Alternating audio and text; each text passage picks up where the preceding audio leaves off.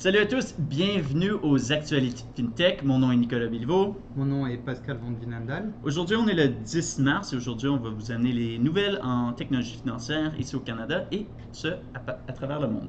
Aujourd'hui, on va discuter de Koho qui signe une entente avec Dialogue, deux entreprises canadiennes. Robinhood qui souffre un peu dans le marché américain à cause des fluctuations boursières, notamment dues au coronavirus.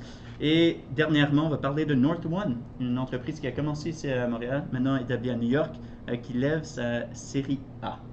Donc, commençons tout de suite avec Koho et Dialogue. Si vous ne connaissez pas Koho, c'est une entreprise canadienne qui offre des cartes Visa prépayées essentiellement.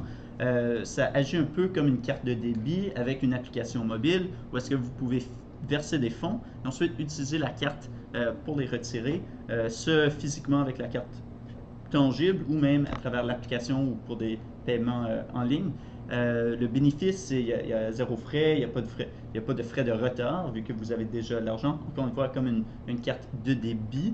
Mais ça permet des analytiques un peu plus avancées que ce que les banques plus traditionnelles offrent avec les cartes de débit pour voir la segmentation, comment on dépense, et des outils de budgeting, aussi d'économie.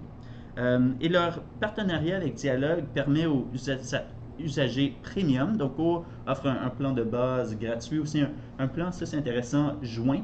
Donc, deux partenaires, soit coloc ou ton amoureux, vous pouvez partager un compte afin de chacun avoir accès à ces fonds-là et chacun avoir une carte. Mais ils ont aussi une fonctionnalité premium, où est-ce que c'est 84$ par année, avec des cashbacks un peu plus avantageux. Mais aussi maintenant, ils offrent des services de dialogue aux usagers premium. Dialogue, une entreprise montréalaise qui offre des services de télémédecine. Traditionnellement, c'est pour les employés. Les entreprises signent un partenariat avec Dialogue, mais maintenant, il y a un peu une stratégie B2C qui permet aux usagers de Koho d'accéder aux services de Dialogue inclus dans leur forfait afin de pouvoir avoir une vidéoconférence avec un médecin pour simplement, je pense même avoir une prescription à travers l'app qui simplifie un peu le processus médical qu'on sait n'est pas génial au Québec. Même des recommandations chez un spécialiste. Ouais, absolument. Donc ça, c'est vraiment intéressant et je pense que ça va intéresser beaucoup de clients de Koho. Ouais. Je veux dire, maintenant, c'est une super offre, l'offre premium, plus dialogue. Demain, j'ai un doute, j'ai pas un rendez-vous médical, je peux prendre une consultation avec l'application Dialogue Absolument. grâce à Koho. Donc c'est vraiment sympa, c'est vraiment bien. Et ce qui est vraiment intéressant, c'est les interactions entre le secteur de la fintech et le secteur médical avec d'autres secteurs d'activité. Et je pense que dans l'avenir, il va y avoir de plus en plus ce genre d'interaction. De collaboration. Ouais, tout à fait. Et c'est bien. On va voir ce qui va se passer. Et c'est un bon début. Moi, je trouve ça génial. Cool. Tu veux parler de ce qui se passe aux États-Unis avec Robinhood?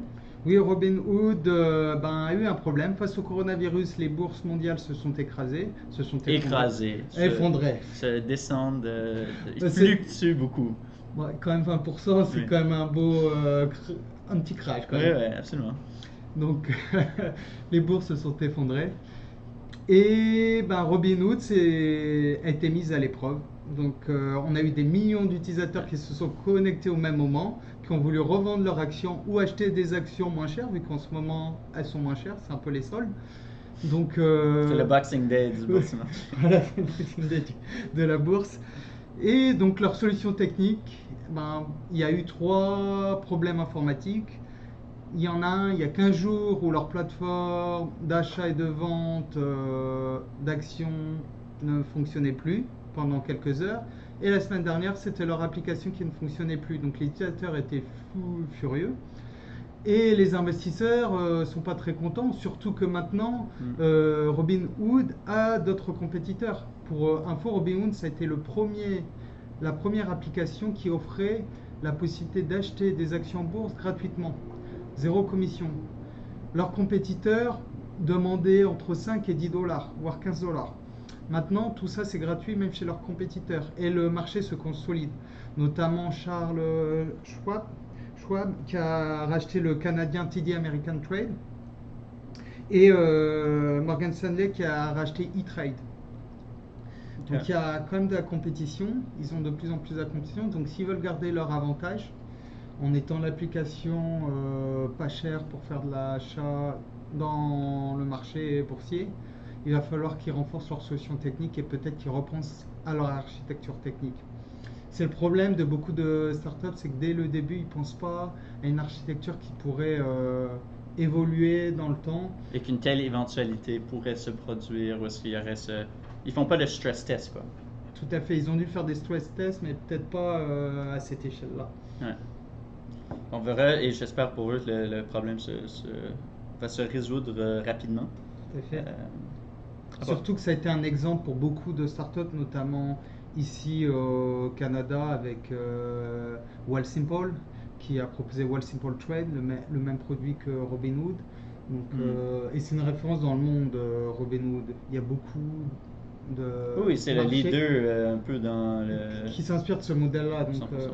c'est vraiment intéressant ce qu'ils ont fait. J'espère qu'ils vont réussir à évoluer Absolument. et améliorer leurs solutions techniques. Dernièrement, North1, donc ils viennent juste de lever 21 millions de dollars en série A. Donc c'est une entreprise qui a eu ses débuts ici à Montréal à l'aide de First Capital Partners. Maintenant, ils sont installés à New York. C'est une néobanque, une nouvelle banque qui s'adresse vraiment aux PME, aux startups et aux freelancers. Ils ont maintenant plus de 100 000 entreprises qui sont clients avec eux. Et voilà, ils offrent des services plus adaptés aux besoins des les petites entreprises.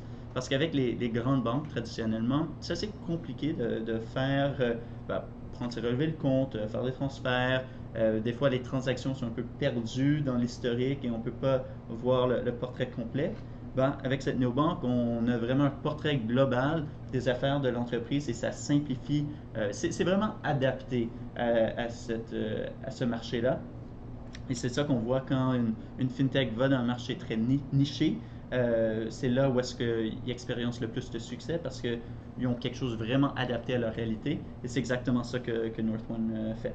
C'est très intéressant ce genre de société parce qu'ils ont vraiment une concentration sur un problème qui est négligé par beaucoup d'institutions financières et par beaucoup d'acteurs.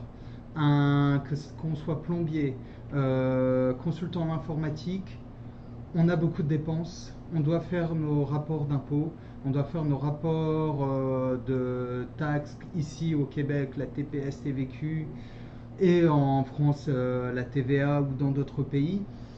Donc, le faire à la fin du mois, c'est vraiment un stress psychologique pour ces entrepreneurs. Ouais, et ils n'ont pas nécessairement un département de comptabilité comme Tout dans à les fait. grandes entreprises, un département de finances. Donc, la banque, c'est un peu le partenaire pour cette fonction de l'entreprise-là. Et si North1 rentre un peu dans cette fonction de partenaire en tant que tel, versus que juste fournisseur, et adapte aux besoins, est capable de mieux adresser leurs besoins que les grandes banques peuvent. Tout à fait. C'est intéressant Oui, absolument. à suivre et j'ai hâte de voir d'autres startups qui sont dans ces domaines-là, qui aident tout le monde. Ouais. Donc, ça fait le tour pour les nouvelles d'aujourd'hui. Merci d'être parmi nous. On se revoit mardi prochain à 15h45 pour la prochaine édition des actualités FinTech. Mais d'ici là, passez une excellente semaine et à très bientôt. Merci. À bientôt. Bye. Merci.